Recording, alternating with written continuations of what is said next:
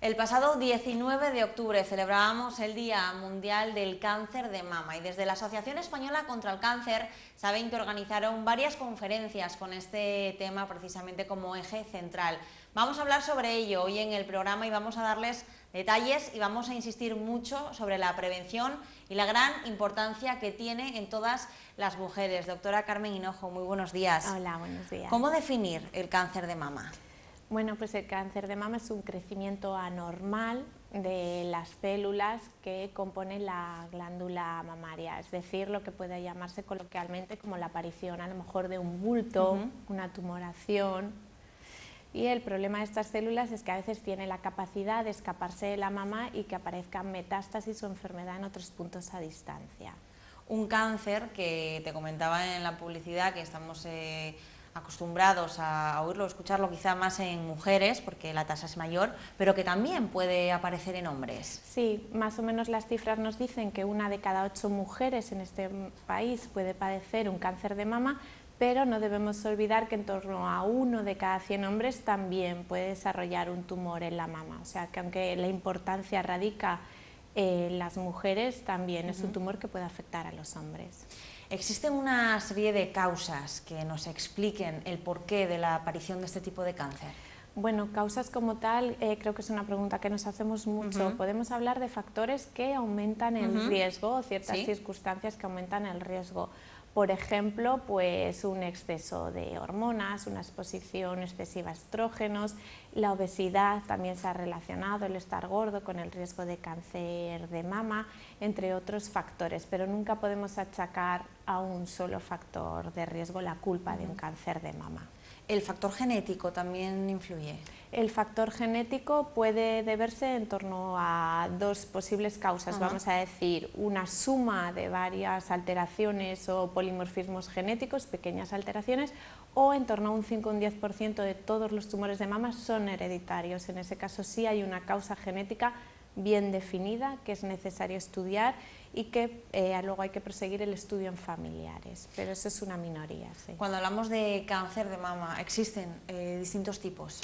Sí, uno de los grandes avances en los últimos 30 años fue la identificación de los subtipos del cáncer de mama. En este caso concreto tenemos 3. Los tumores que dependen de hormona, que son hasta el 75% de las mujeres, los tumores que dependen de una proteína que llamamos HER2 y los tumores que ni dependen de hormona ni dependen de HER2, que llamamos triple negativo y que son en torno a un 10% de las mujeres con cáncer de mama. Y podemos hablar de síntomas a la hora de poder detectar, porque me imagino que además esa sea la pregunta también complicada, ¿no? ¿Cómo se detecta? ¿Notamos algo? ¿Hay algo que nos haga saltar esa alarma? La mayor parte de los diagnósticos son en mujeres asintomáticas, es decir, sin síntomas y que están dentro del programa de detección precoz de cáncer de mama. Por eso tan importante desde los 50 a los 69 años, cada 2 años hacerse las mamografías dentro del programa. En el caso contrario, una mujer que hace de forma habitual exploración de las mamas, tampoco hay que obsesionarse, pero una vez al mes a lo mejor sí que es aconsejable, y en caso de un bulto consultar. Evidentemente la mayoría de los bultos que aparecen en la mama no van a ser cáncer. Pero también es importante decirlo, ¿no? Sí, o sea, lo más habitual son mujeres que no han notado nada. Pero en caso de que aparezca un bulto nuevo, especialmente de consistencia dura, que crece, sí que es importante consultar, sin prisa, pero sin pausa. ¿Por qué es tan importante la prevención? ¿Por qué es tan importante el diagnóstico precoz en el caso del cáncer de mama? Bueno, pues porque sabemos que es la herramienta más importante en la disminución de la mortalidad de las mujeres. El diagnóstico precoz, la mamografía dentro del cribado, nos ha permitido reducir la mortalidad de las mujeres en torno a un 20%. Y en cuanto a la prevención, pues hábitos de vida saludable, ejercicio físico, dieta evitando grasas, rica en frutas, no fumar, un consumo moderado de alcohol, todo eso sabemos que también disminuye nuestro riesgo de cáncer de mama y es importante hacer hincapié en ello. Hacía referencia a partir de los 50 años, esas mamografías periódicas, pero en el caso de todas esas mujeres que todavía no tienen 50 años, veas, hay mujeres más jóvenes hasta llegar a esa edad, ¿De qué manera pueden estar pendientes? También pueden ser conscientes de esa prevención y cómo ponerla en práctica. En el caso de la autoexploración, por ejemplo. Por ejemplo, la autoexploración recomendamos en torno a una vez al mes aproximadamente una exploración de las mamas, pero sabemos que esa maniobra no ha mejorado la supervivencia de las mujeres, no es como la mamografía.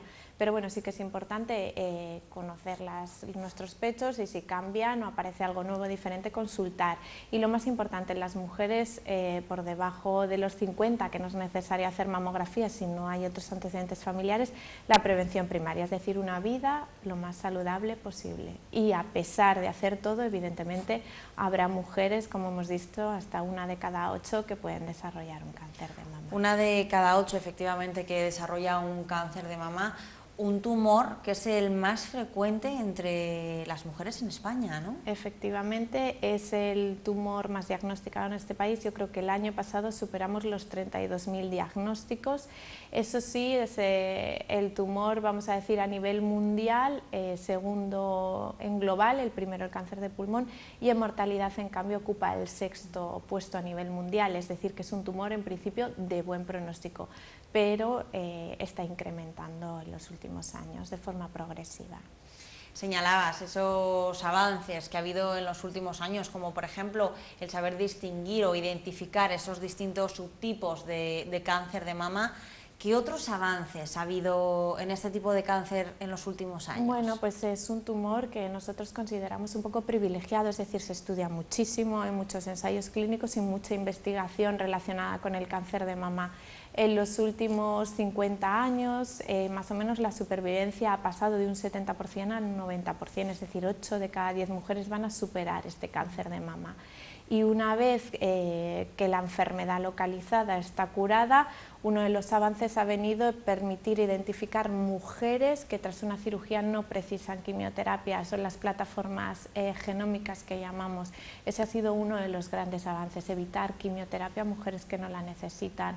Otro de los avances más recientes en los últimos años, en el tipo que hemos dicho que dependen de hormona, aparecen unas nuevas pastillas que son los inhibidores dependientes de quinasa, que administradas con esta hormona mejoran la supervivencia de aquellas mujeres que desgraciadamente ya han desarrollado metástasis. Es un tratamiento en pastillas bien tolerado y que mejora su supervivencia. En el tipo HER2, que pretende los tratamientos inhibir el crecimiento controlando esta proteína, aparecen nuevos fármacos y son mujeres que antes tenían muy mal pronóstico y que ahora se curan y tienen muchas opciones de tratamiento. Y por último, el último gran avance ha sido en el triple negativo, el que hemos dicho que ni depende de hormonas ni HER2, que aparece por fin la inmunoterapia en el cáncer de mama, que ya habíamos visto en otros tumores cómo se había probado su eficacia, y ahora ya por fin las mujeres con cáncer de mama también pueden beneficiarse, o sea que los avances son continuos. Avances continuos, por ello también hacíamos referencia antes a la importancia que tiene la prevención, pero también la importancia que tiene la investigación en el cáncer. Pues efectivamente, como hemos dicho antes, es un tumor privilegiado, se está investigando continuamente, muy importante cuando ofrecemos la participación en ensayos clínicos por fármacos que queremos demostrar su eficacia y luego, evidentemente, como siempre, apelar a las autoridades sanitarias a continuar apoyando la investigación. Es un país que en ese sentido necesita dinero para continuar investigando, la gente es muy válida y yo creo que hay que seguir apoyando la investigación en el cáncer. Y en siguiente lugar, pues muchas veces las empresas farmacéuticas son las que más colaboran en la investigación. Nosotros en la consulta siempre estamos abiertos a ofrecer, si tenemos opciones relevantes de investigación, a nuestros pacientes que puedan beneficiarse de esos ensayos clínicos. Sí. Carmen, al inicio hacíamos referencia a esas conferencias que organizó la Asociación Española contra el Cáncer, unas conferencias informativas que impartiste tanto en Torrelavega como en Santander. ¿Qué acogida tienen por parte del público este tipo de iniciativas? Pues es un poco variable. Yo creo que en Torrelavega, por ejemplo, sí fue un grupo abundante de mujeres y de hombres y de familiares.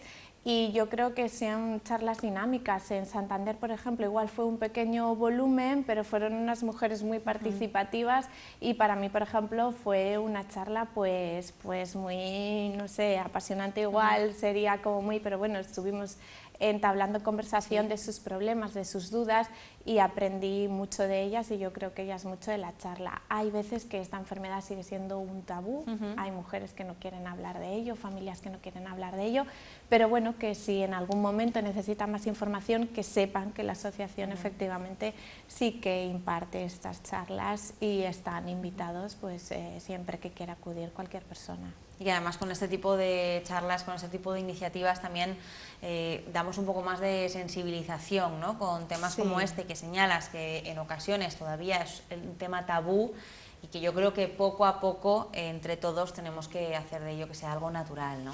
Sí, es importante porque yo creo que bastante peso es llevar el diagnóstico, la enfermedad, los tratamientos, como para no poder hablarlo o expresarse con la suficiente naturalidad. Creo que es un problema que viene a menos, pero aún hay cierto estigma de la enfermedad del cáncer y del cáncer de mama. Tú que trabajas con ello día a día, ¿has notado esa evolución también a la hora de tratar un tema como el cáncer de mama? Sí, probablemente la gente ya es más abierta y tiende a compartir más con su entorno la enfermedad. Yo creo que sí, que eso ha cambiado en los últimos años. Doctora Carmen Hinojo, un placer haber estado contigo en Contigo Cantabria. Muchísimas gracias. Hacemos una breve pausa y estamos de vuelta.